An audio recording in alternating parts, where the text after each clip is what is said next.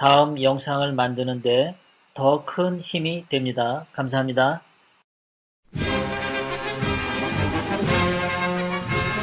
네, 지금부터 국민혁명당 박정희 대통령 서거 42주년 참배 및 김어준 사전 선거운동 고발 기자회견을 20대 대통령 후보 김경재 후보님을 모시고 시작하겠습니다. 먼저 국민혁명당 구주호 대변인께서 성명서 낭독하겠습니다.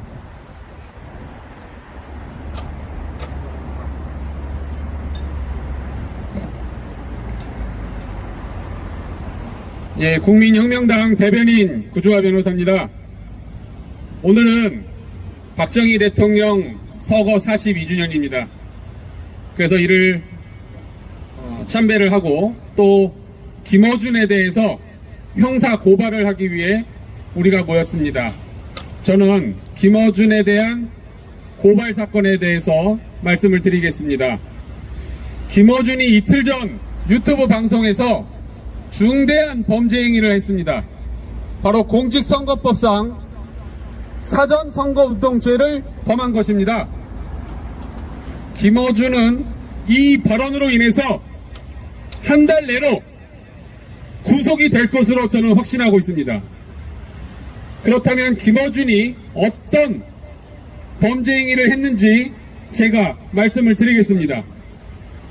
김어준은 지난 24일 유튜브 채널 딴지방송국에 올라온 김어준의 다스베이다에서 이재명은 혼자서 여기까지 왔다. 돈, 줄, 백으로부터 도움을 받지 않고 자기 실력으로 돌파하는 길을 가는 사람은 어렵고 외롭다. 그 길로 대선 후보까지 가는 사람은 극히 드물고, 그래서 이재명이 우리 사회 플랫폼이 될 자격이 있다. 지금부터 당신들이 좀 도와줘야겠다 라고 말한 것입니다. 자, 이게 왜 사전선거운동죄가 되는지에 대해서 설명드리겠습니다. 지금이 선거운동 기간이 아니라는 것은 명백하고요. 따라서 지금 선거운동을 하면 사전선거운동죄가 됩니다. 선거운동에 해당하기 위해서는 대략 3가지 조건이 필요합니다. 첫째, 선거가 특정돼야 되고요. 둘째, 후보자가 특정돼야 됩니다. 그리고 셋째, 후보자의 당선 또는 낙선을 도모하기 위한 목적의사가 객관적으로 분명히 드러나는 발언 또는 행위를 해야 됩니다. 그럼 이 3가지 요건에 만족하는지 설명드리겠습니다. 김어준은 이 발언에서 대선이라는 말을 분명히 했습니다. 즉 내년 대통령 선거를 특정했습니다. 자, 그럼 후보자가 특정됐는지를 보겠습니다. 이재명은 이번 달에 더불어민주당 경선을 통해서 대통령 후보로 특정됐습니다. 따라서 이재명은 대통령 후보자로 특정이 된 자입니다. 이재명을 언급했죠. 그리고 마지막으로 지금부터 당신들이 좀 도와줘야겠다. 여기서 당신들은 시청자를 말합니다. 불특정 다수 국민들을 향해서 도와줘야 된다라고 말한 것입니다. 도와줘야 된다는 건 뭘 도와줘야 된다는 겁니까? 이재명이 당선되기 위해 도와줘야 된다. 즉 투표를 하거나 이재명을 찍거나 아니면 주변 사람들에게 이재명을 홍보해달라, 지지를 호소하는 명백한 선거운동에 해당하는 죄입니다. 여기에 대해서 어제 특별히 이재명을 사전선거운동죄라고 고발하거나 문제를 지적하는 그런 시민단체나 정당이 없었습니다. 따라서 우리 국민혁명당이 제가 어제 바로 고발장을 써서 서울 서부지방검찰청에 고발을 했습니다. 따라서 서울 서부지검은 김어준을 철저히 수사해서 반드시 구속을 해야 됩니다. 왜냐하면 매우 범죄 행위가 중대합니다. 이 방송을 보는 시청자가 수십만이 넘습니다. 그리고 김어준의 이 정치적 편향성을 보면 어떻습니까? 재범의 우려가 매우 심각합니다. 항상 정치 발언, 그것도 특정 정치 세력이나 여권이나 이런 데 유리한 발언만 매일같이 하고 있습니다. 따라서 재범의 우려가 매우 크기 때문에 구속의 필요성이 매우 큽니다. 작년에 우리 국민혁명당 대표이신 전광훈 목사님께서는 선거운동에 해당하지도 않는 발언 가지고 6개월 억울한 옥살이를 했습니다. 지난 4.15 총선보다 수개월 전에 총선에 대한 후보자가 특정되지도 않은 시점에서 선거 관련 논평을 했다는 이유로 사전선거운동이라는 죄명을 뒤집어쓰고 6개월 옥살이를 했습니다. 결국에는 작년 12월 30일에 완전 무죄 판결로 석방되셨습니다. 이렇게 엄격하게 법 집행을 하고 선거운동에 대한 단속을 하는 대한민국 검찰과 법원이라면 이 김어준은 마땅히 최소 1년 이상은 구속될 것임이 확실합니다. 따라서 김어준은 한 달 내로 구속이 돼서 모든 방송계에서 퇴출되고 구치소에서 최소 1년 이상은 구속 생활을 할 것으로 확신하고 반드시 그렇게 되어야 할 것입니다. 따라서 우리 검찰에게 객관적이고 엄정한 법 집행을 촉구할 것을 말씀드리면서 이상으로 발언을 마치겠습니다. 감사합니다. 다음은 구본철 의원님께서 먼저 말씀을 드리겠습니다.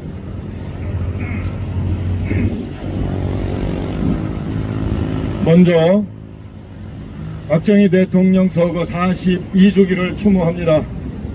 여기 함께 추모하신 모든 시민들 여러분과 함께 우리가 박정희 대통령이 고민하고 또 18년 동안 애써왔던 것들이 무엇인지를 되새기는 순간이 되었으면 합니다. 그 중에 하나가 박정희 대통령이 제4차에 걸쳐서 경제개발 5개년 계획을 추진했습니다. 박정희 대통령이 이룩한 업적 중에 하나가 바로 제7대 중화학공업 육성이었습니다. 그런데 이 중화학공업이 지금 백척간두에 섰습니다. 뿐만 아니고 대한민국의 제조업 강국으로서의 위상이 소멸될 위기에 처했습니다. 문재인은 전문가들의 마른 귀에 못을 받고 또 관련 부서의 전문가적 의견은 묵살하고 오로지 몇몇 알지도 못하는 사람들을 꾸며서 소위 탄소 중립 2030 목표와 2050 탄소 중립 시나리오를 만들어서 11월 2일이나 2일 유엔에 제출하도록 되어 있습니다. 이번에 제출하는 탄소 중립 계획들은 모두 법적 구속력이 되어 있어서 정부가 약속한 사항이기 때문에 다음 정권이 이 문제를 할 수 없이 따라가게 되어 있고, 따라서 탄소 중립에 대한 문재인 정권이 말뚝을 받게 되는 겁니다. 이 탄소 중립 계획이 얼마나 황당한 계획인가 하면 2030 탄소 중립 계획이 대한민국이 OECD 국가 중에서 최고로 높은 40% 감축을 목표로 합니다. 이것은 매년 4.15%의 감축 목표를 합니다. EU도 1.9% 목표를 합니다. 다시 말해서 우리와 경쟁하는 독일 같은 제조 강국, 프랑스와 같은 제조 강국도 2% 이내의 목표를 가지고 있는데 대한민국은 이거보다 2배의 목표를 가지고 오로지 탄소 중립이라고 하는 환상에 젖어서 대한민국의 제조업을 깡그리다 멸살시키고 있습니다. 제조업 강국이 얼마나 어려운 지경에 빠지는가 하면 이 탄소 중립을 통해서 매년 심지어는 전문가들의 평가에 의하면 1천조 원의 비용이 소요된다고 합니다. 탄소 중립을 위하여.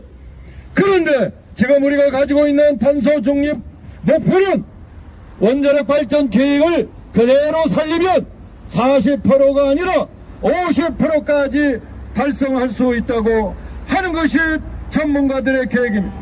문재인은 왜 이렇게 탄소 중립 계획의 목표를 감행하는 것일까?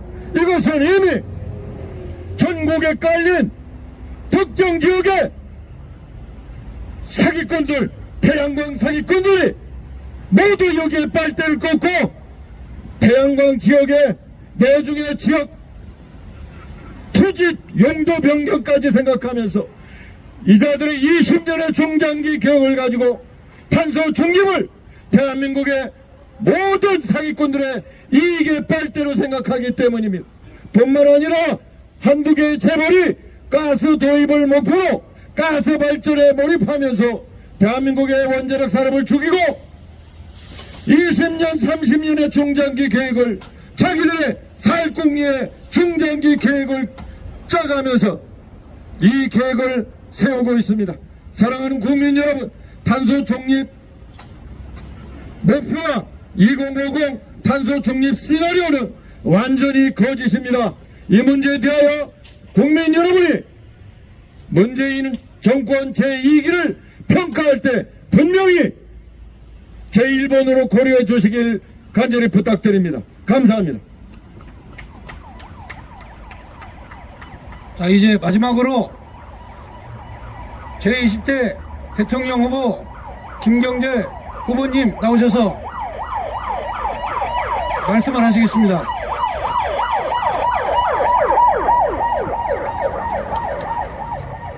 안녕하십니까. 공비진혁명당 김경재 후보입니다.